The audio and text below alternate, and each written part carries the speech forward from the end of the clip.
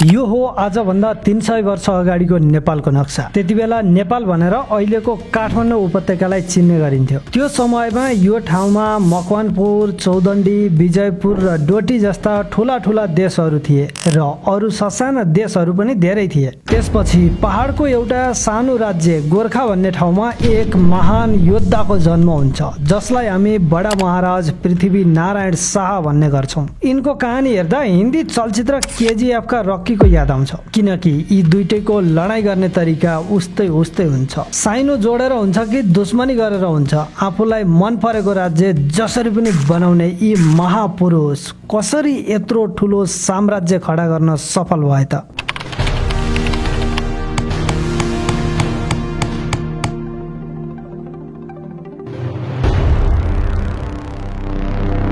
गोर्खाका राजा नरभूपाल शाह र रानी कौशल्यावती देवीको कोखबाट उनको जन्म भएको थियो। विक्रम सम्वत 1779 मा जन्मेका पृथ्वी नारायण शाहको पालन पोषणको जिम्मा भने उनकी सौतेनी आमा रानी चन्द्र प्रभावतीले लिएकी थिइन्। पृथ्वी नारायण शाहले पहिलो शिक्षा दरबारभित्रै लिएका थिए। उनी महाभारत, रामायण र शुक्रनीतिको बारेमा राम्रो ज्ञान भएका व्यक्ति थिए। करिब 10 वर्षको भएपछि पृथ्वी नारायण शाहलाई गोर्खा दरबारबाट भक्तपुर पठाइएको थियो। त्यतिबेला भक्तपुरमा गएर उनले त्यहाँका राजा रणजित मल्लका छोरा वीर नरसिंहसँग मित लगाएका थिए। भक्तपुर बस्दा पृथ्वी नारायण शाहले कान्तिपुर, पाटन र भातगाउँ यी तीनवटै राज्यको आर्थिक, सामाजिक र कूटनीतिको बारेमा राम्रोसँग बुझ्न मौका पाएका थिए। उनी भक्तपुरबाट गोर्खा फर्केपछि राजा नरभूपाल शाहले नुवाकोटको आक्रमण गर्छन्, तर जित भने असफल नै हुन्छ। नुवाकोट हमला गर्दा गोर्खाली सैनिकको नेतृत्व गर्ने काजी जयन्त राणा र महेश्वर पन्त थिए।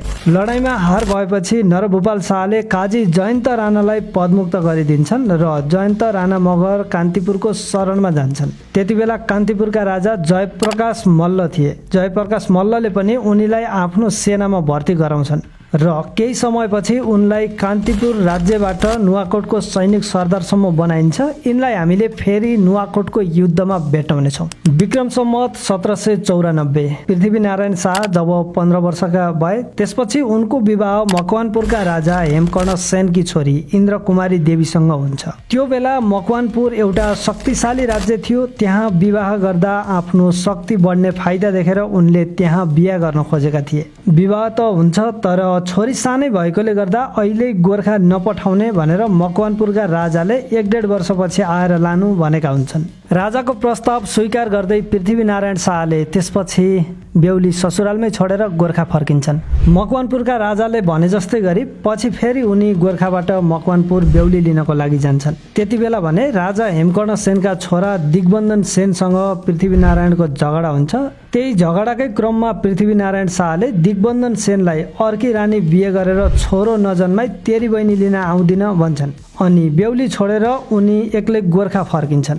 पृथ्वी नारायण शाह वचनका एकदम पक्का थिए। जसरी उनले दिग्बन्धन सेनलाई अर्को बिहे गरेर छोरो नजन्माई तेरी बहिनी लिन आउँदिन भनेका हुन्छन्, त्यसै गरी उनले अर्को बिहे गरेर छोरो जन्मेपछि छोरा सहितको जन्ती लिएर गएर रानीलाई ल्याउँछन्। केही बेर यसरी ज्वाइँ जेठानको झगडा भइसकेपछि उनी बेहुली छोडेर गोर्खातिर लाग्छन्। फर्किने क्रममा उनलाई चन्द्रगिरीको डाँडामा पुगेर उपत्यका हेर्न रहर लाग्छ। उनी चन्द्रगिरीको डाँडाबाट उभिएर नेपाल उपत्यकालाई हेर्दै मनमा नै सोच्ने गर्छन्, कुनै दिन म पनि यी तीनवटै राज्यको राजा बन्नेछु। त्यसपछि उनको दोस्रो विवाह काशीका राजपूत अभिमान सिंहकी छोरीसँग हुन्छ, जसलाई हामी नरेन्द्र राज्यलक्ष्मी देवी भनेर चिन्ने गर्छौँ। उनकै गर्भबाट राजा प्रताप सिंह शाह र बहादुर शाहको पनि जन्म भएको थियो। विक्रम सम्वत 1799 मा गोर्खाका राजा नरभूपाल शाहको मृत्यु हुन्छ र पृथ्वी नारायण शाह गोर्खाका राजा बन्छन्। पृथ्वी नारायण शाहले राजा बनेकै वर्ष पहिला नरभूपाल शाहले हारेको ठाउँ नुवाकोटलाई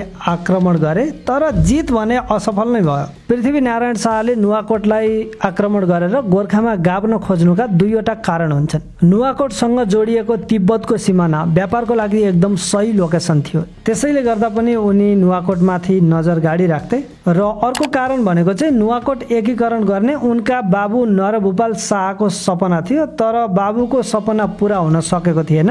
त्यसैले उनी बाबुको सपना पुरा गर्नको लागि भए पनि नुवाकोटलाई आक्रमण गरेर जित्नै चाहन्थे। त्यसपछि पृथ्वीनारायण शाह तीर्थयात्राको लागि भनेर बनारस जान्छन् र त्यहाँ भएका राजनीतिक गतिविधिहरूको बारेमा जानकारी लिन्छन्। त्यो समयमा भारतमा मुगल साम्राज्य कमजोर बन्दै गएको थियो। व्यापारको लागि भनेर इन्डिया पसेको ब्रिटिस निकै पावरफुल बन्दै थियो। बिस्तार बिस्तार उनले आफ्नो साम्राज्य बढाइरहेको थियो। यसरी भारतमा अङ्ग्रेजहरूले बिस्तार बिस्तार हुकुम जमाउन थालेको देखेपछि उनले गोर्खामा पनि अङ्ग्रेजहरू आए भने हामी सबैलाई उपनिवेश बनाउँछ, त्यसैले अब एउटा शक्तिशाली राष्ट्र बनाउनु पर्छ भन्ने कुरा अझै सोच्न थाल्छन्। त्यतिबेलै उनले युद्धको लागि चाहिने केही हतियारहरू पनि जुटाउने मौका पाउँछन्। हतियार सङ्कलन गर्ने क्रममा त्यतिबेला उनका ससुरा अभिमान सिंहले पनि ठुलो सहयोग गरेका थिए। त्यसपछि उनी र उनको टोली बनारसबाट गोर्खा आइपुग्छन्। त्यतिबेला गोर्खा राज्यमा 1000 भन्दा बढी सैनिक अनि बन्दुक जस्ता आधुनिक हतियारहरू पनि उपलब्ध भइसकेका हुन्छन्। पृथ्वीनारायण शाहको उमेर त्यतिबेला जम्मा 21 वर्ष मात्रै भएको थियो। उनलाई कतिबेला नुवाकोट जितेर गोर्खा बनाऊ भन्ने लागिरहेको थियो, तर उनलाई राम्रोसँग थाहा थियो कि नुवाकोट जित्न त्यति सजिलो भने पक्कै पनि छैन, किनकि उनले आफ्नै आँखाले 2 चोटि हार खाएको देखिसकेका थिए। त्यसैले अबको लडाईँ दिमाग लाएर जित्ने योजनाका साथ नुवाकोटलाई एक्लो पारेर पराजित गराउनतिर लाग्छन्। त्यतिबेलासम्म गोर्खा र लमजुङको धेरै ठुलो दुश्मनी हुन्छ, तर उनले आफ्नो सुरक्षाका लागि लमजुङसँग पनि शान्ति सम्झौता गर्छन्। त्यसै गरी कास्की, तनहुँ र पाल्पासँग पनि मित्रता कायम गर्छन्। यति गरेपछि पश्चिमको सिमानामा सबै आफन्त बनाइयो। अब आफन्त बनाएपछि गोर्खालाई हमला गर्दैनन् भन्ने उनको सोचाइ थियो र यो सोचाइले राम्रोसँग काम पनि गरिदियो। विक्रम सम्वत 1801 मा दोस्रो पटक पृथ्वीनारायण शाहले कालु पाण्डेको नेतृत्वमा नुवाकोटमाथि फेरि हमला गरे। यति बेला चाहिँ गोर्खाका 12 देखि 20 वर्षका सबै युवाहरूलाई सशस्त्रको लागि तयारी गरिएको थियो। त्यसैले यहाँको सैनिक सङ्ख्या लगभग 1000 भन्दा माथि थियो। यी मध्ये केही सैनिकहरूलाई खेतालाको रूपमा पहिला नुवाकोट पुर्याइन्छ। त्यतिबेला नुवाकोट कान्तिपुर देशको एउटा प्रान्त थियो र त्यहाँको सुरक्षाका लागि तिनै जयन्त राणा मगर थिए जो पहिला गोर्खाको पक्षमा थिए। त्यसपछि कालु पाण्डेले जयन्त राणालाई एउटा चिठी लेख्छन्, तँ पनि गोर्खाकै होस्, त्यसैले हामी तँलाई मार्न चाहदैनौँ, त्यसैले बिना अवरोध नुवाकोट हामीलाई सुम्पिदे, यसमा तेरो र हाम्रो सबैको भलाइ हुनेछ। कालु पाण्डेलाई जयन्त राणाले जवाफ दिन्छन्, म पनि गोर्खाकै मान्छे हुँ, तर मैले कान्तिपुरको नुन खाइसकेको छु, त्यसैले मैले कान्तिपुरलाई बचाइराख्नुपर्छ भन्ने जवाफ दिन्छन्। यति भनेर गोर्खाली सैनिकलाई मार्नको लागि सैनिक सहयोग माग्न जयन्त राणा कान्तिपुर गएका हुन्छन् र उनका छोरा शङ्खमणि राणाले नुवाकोटको सुरक्षा गरेका हुन्छन्। त्यतिबेलै गोर्खाबाट पृथ्वीनारायण शाह, दलमर्दन शाह, चौतारा विष्णु शाह, काजी सूरप्रताप शाह आदिले नुवाकोटलाई घेरा हाली एकैपटक आक्रमण गर्छन्। त्यतिबेला दलमर्दन शाहको हातबाट शङ्खमणि राणा मारिन्छन् र पृथ्वीनारायण शाहले नुवाकोटमाथि विजय प्राप्त गर्छन्। नुवाकोटमा यसरी गोर्खालीहरूले कब्जा गरिसके पछाडि नुवाकोटका सिपाही र जयन्त राणा भागेर बेलकोट गएर बसेका थिए। त्यतिबेला फेरि बेलकोटमा पनि आक्रमण हुन्छ गोर्खालीबाट र आक्रमणको क्रममा जयन्त राणालाई पनि पक्राउ गरिन्छ। नुवाकोट र बेलकोट जितेपछि गोर्खालीहरूले लामीडाँडा कब्जा गरे, तर तनहुँद्वारा लामीडाँडा कब्जा गर्ने इच्छा रहेकोले तनहुँ र गोर्खाली बीच भिडन्तको सम्भावना बढ्यो। पृथ्वीनारायण शाहलाई बाटो सफा गर्न कसैले भेट्दैनन्थ्यो। यहाँ पनि उनले यसै गरी दिमाग लाउँछन्। उनले तनहुँका राजालाई सन्धि गरौँ भनेर बोलाउँछन् अनि तनहुँका राजा त्रिविक्रम सेन पनि आउँछन्, तर तनहुँका राजाले चाहिँ सन्धि गर्न नमान्ने खालको कुरा गर्छन्। त्यस पछाडि उनलाई पक्रेर गोर्खालीहरूबाट बन्दक बनाइन्छ र तनहुँमाथि गोर्खालीले केही समय राज पनि गर्छ। विक्रम सम्वत 1812 मा गोर्खाली सैनिकले लमजुङ र तनहुँका संयुक्त फौजसँग युद्ध पनि गर्नु परेको थियो। यो युद्धमा चाहिँ गोर्खाले ठुलो जनधनको क्षति पनि बिहोर्यो, तर पनि नालदुम, दहचोक, महादेव पोखरी, कुलेखानी, इपा, माल्टा आदि जस्ता ठाउँहरूमा कब्जा गरेर छोडो गोर्खालीले। त्यस पछाडि पृथ्वीनारायण शाहले किर्तिपुरमाथि पनि आक्रमण गर्छन्, तर किर्तिपुरमा पृथ्वीनारायण शाहले सोचे जस्तो सजिलै जित हासिल पर्दैन। यहाँनेरि बारम्बार आक्रमण गरेर मात्रै जितेका हुन्छन्। विक्रम सम्वत 1814 मा पृथ्वीनारायण शाहले किर्तिपुरमा पहिलो पटक आक्रमण गरे। यसमा गोर्खाको तर्फबाट 1200 सैनिक थिए। गोर्खाली सेनासँग लड्नको लागि किर्तिपुरले काठमाडौँ, ललितपुर र भक्तपुरका सैनिक समेत सहयोग मागेर युद्ध गरेको हुन्छ। गोर्खाली र किर्तिपुरे सैनिक बीच बल्खु खोलामा करिब 6 घण्टासम्म युद्ध हुन्छ। यो लडाईँमा चाहिँ गोर्खालीहरूले नराम्रोसँग वीरगति प्राप्त गरेका थिए। त्यतिबेला किर्तिपुरे सेनाले पृथ्वीनारायण शाहलाई समेत समाउन सफल भएका थिए। तर समाते पनि उनलाई चाहिँ केही गरिँदैन, किनकि त्यति बेला राजालाई मार्नु हुँदैन भन्ने एउटा मान्यता थियो।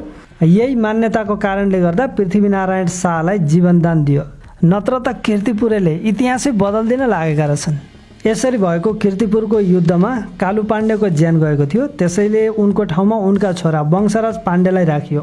त्यति बेला गोर्खाका सेनापति शिवराम सिंह पनि मारिएका थिए, त्यसैले उनका छोरा केशर सिंह बस्नेतलाई सेनापति बनाइएको थियो। त्यसपछि फेरि विक्रम सम्वत 1816 शिवपुरी र काभ्रेमाथि पनि आक्रमण गरेर विजय प्राप्त गरेका थिए। मकवानपुर पृथ्वीनारायण शाहको ससुराली देश थियो, तर पृथ्वीनारायण शाहलाई घर र ससुराल एउटै बनाउन रहर थियो। घर चाहिँ बसेर होइन, ससुराल नै कब्जा गरेर।